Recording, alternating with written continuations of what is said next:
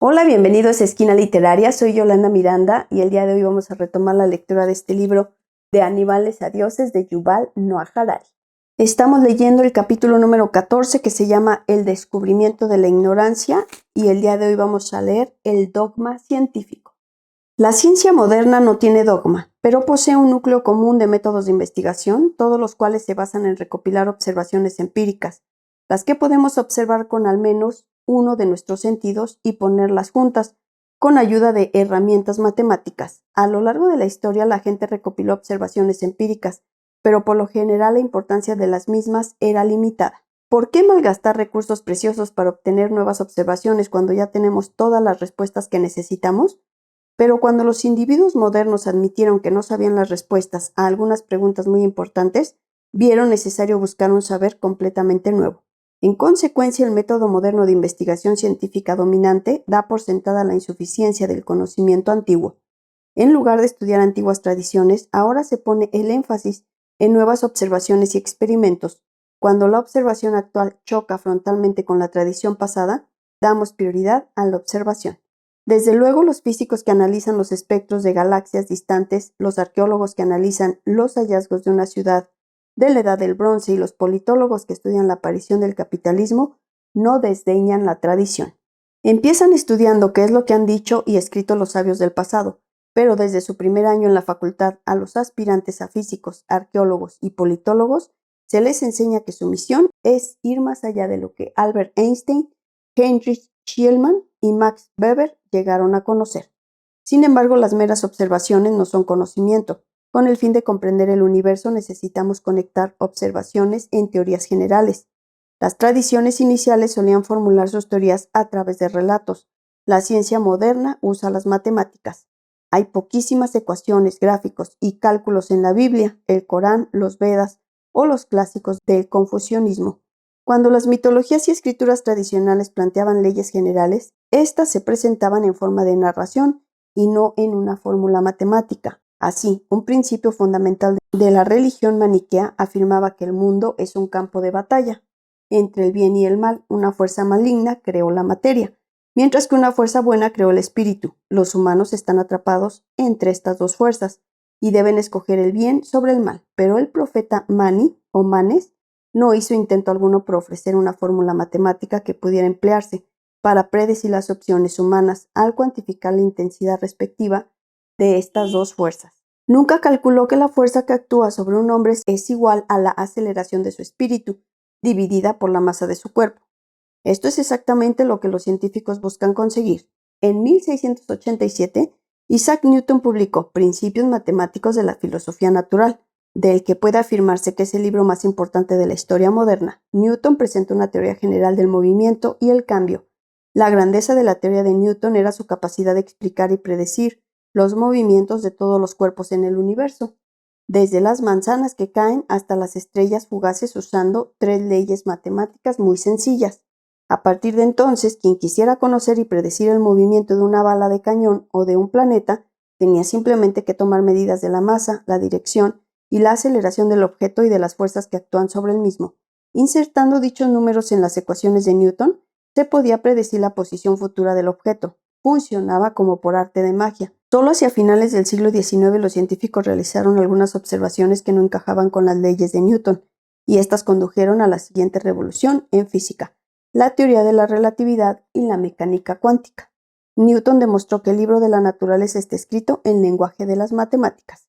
Algunos capítulos, la química por ejemplo, se resumen en una ecuación bien definida, pero los estudiosos que intentaron reducir la biología, la economía y la psicología a pulcras ecuaciones newtonianas descubrieron que estos campos poseen un nivel de complejidad que hace que dicha aspiración sea fútil. Sin embargo, esto no significa que abandonaran las matemáticas.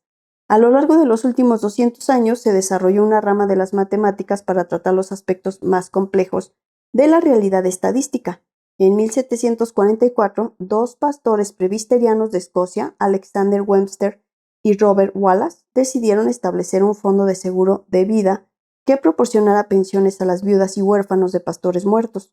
Propusieron que cada uno de sus pastores de la iglesia aportara una pequeña porción de su salario al fondo, que invertiría el dinero. Si un pastor moría, su viuda recibiría los dividendos de los intereses del fondo. Ello le permitiría vivir confortablemente el resto de su vida.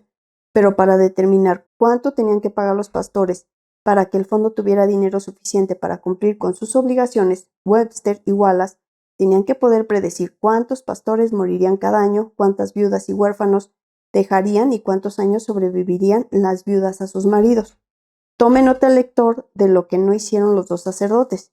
No rezaron a Dios para que les revelara la respuesta, tampoco buscaron una respuesta en las Sagradas Escrituras o entre las obras de los teólogos antiguos, y tampoco se ensarzaron en una disputa teológica abstracta.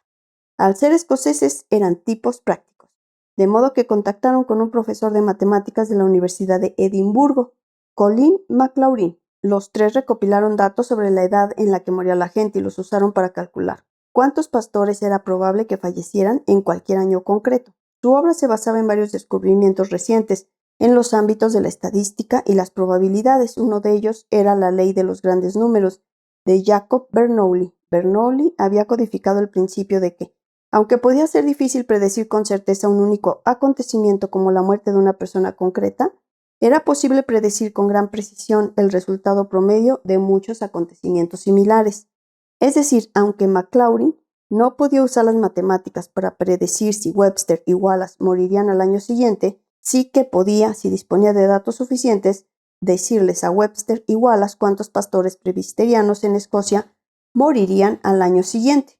Casi con total certeza, por suerte disponían de datos al respecto que podían usar. Las tablas de actuarios publicados 50 años antes por Edmund Halley resultaron ser particularmente útiles. Halley había analizado los registros de 1.238 nacimientos y 1.174 muertes que obtuvo de la ciudad de Breslau, Alemania. Las tablas de Halley hicieron posible ver que, por ejemplo, una persona de 20 años de edad tiene una probabilidad de entre 100 de morir en un determinado año, pero que una persona de 50 años tiene una probabilidad de 1 entre 39. Después de procesar estos números, Webster y Wallace concluyeron que, por término medio, habría 930 pastores presbiterianos vivos en cualquier momento dado, y que un promedio de 27 pastores morirían cada año, y que a 18 de ellos les sobreviviría su viuda. 5 de los que no dejarían viudas dejarían huérfanos, y 2 de los que no tendrían viudas que les sobrevivirían dejarían asimismo hijos vivos de matrimonios previos que todavía no habrían alcanzado los 16 años de edad. Calcularon además cuánto tiempo era probable que transcurriera hasta que las viudas murieran o se volvieran a casar. En ambas eventualidades el pago de las pensiones cesaría. Estas cifras permitieron que Webster y Wallace determinaran cuánto dinero tenían que pagar los pastores que se incorporaran a su fondo para proveer a sus personas queridas, contribuyendo con 2 libras, 12 chelines y 2 peñiques al año. Un pastor podía garantizar que su esposa viuda recibiera al menos 10 libras al año, una gran suma en aquella época. Si creía que esto no era suficiente, podía escoger pagar más, hasta un máximo de 6 libras, 11 chelines y 3 peñiques al año, lo que garantizaría a su viuda la cantidad todavía mejor de 25 libras al año. Según sus cálculos, el Fondo para la Provisión para las Viudas e Hijos de los Pastores de la Iglesia de Escocia tendría para el año 1765 un capital total de 58.348 libras esterlinas.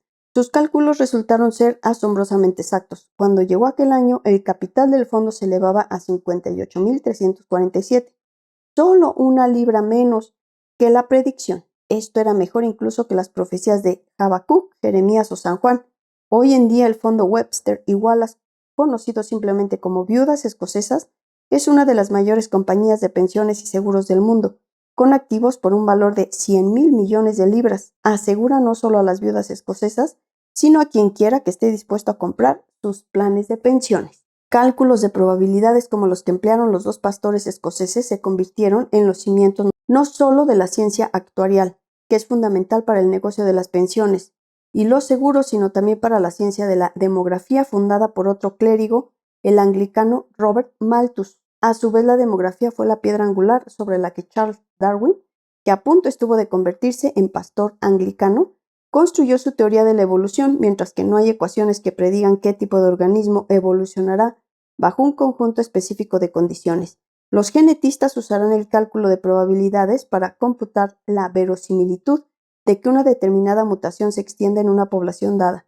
Modelos probabilísticos similares han resultado fundamentales para la economía, la sociología la psicología, la ciencia política y las demás ciencias sociales y naturales.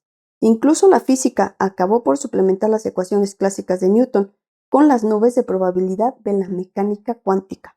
Tenemos que considerar simplemente la historia de la ecuación para darnos cuenta de lo lejos que nos ha llevado este proceso. A lo largo de la mayor parte de la historia, las matemáticas eran un campo esotérico, que incluso las personas cultas rara vez estudiaban seriamente. En la Europa medieval, la lógica, la gramática y la retórica formaban el núcleo educativo, mientras que la enseñanza de las matemáticas rara vez iba más allá de la simple aritmética y la geometría. Nadie estudiaba estadística. El monarca indiscutible de todas las ciencias era la teología. En la actualidad pocos estudiantes estudian retórica. La lógica está restringida a los departamentos de filosofía y la teología a los seminarios, pero cada vez más estudiantes se sienten motivados o se ven obligados a estudiar matemáticas. Hay una tendencia irresistible hacia las ciencias exactas, que se definen como exactas por su uso de herramientas matemáticas. Incluso campos de estudio que tradicionalmente eran parte de las humanidades, como el estudio del lenguaje humano, lingüística, y la psique humana, psicología, se basan cada vez más en las matemáticas e intentan presentarse como ciencias exactas. Los cursos de estadística son hoy parte de los requerimientos básicos, no solo en física y biología, sino también en psicología, sociología, economía y ciencia política. En el programa de cursos del Departamento de Psicología de mi universidad, el primer curso obligatorio en el currículo es Introducción a la Estadística y Metodología en Investigación Psicológica. Los estudiantes de psicología de segundo curso han de estudiar métodos estadísticos en la investigación psicológica. Confucio, Buda, Jesús y Mahoma se habrían sentido desconcertados si se les hubiera dicho que con el fin de comprender el alma humana y curar sus dolencias, primero hay que estudiar estadística. Espero que les haya gustado la lectura del día de hoy de este libro de Animales a Dioses de Yuval Noah Harari. Los espero en el próximo video para continuar con esta y otras lecturas. Muchas gracias por escuchar.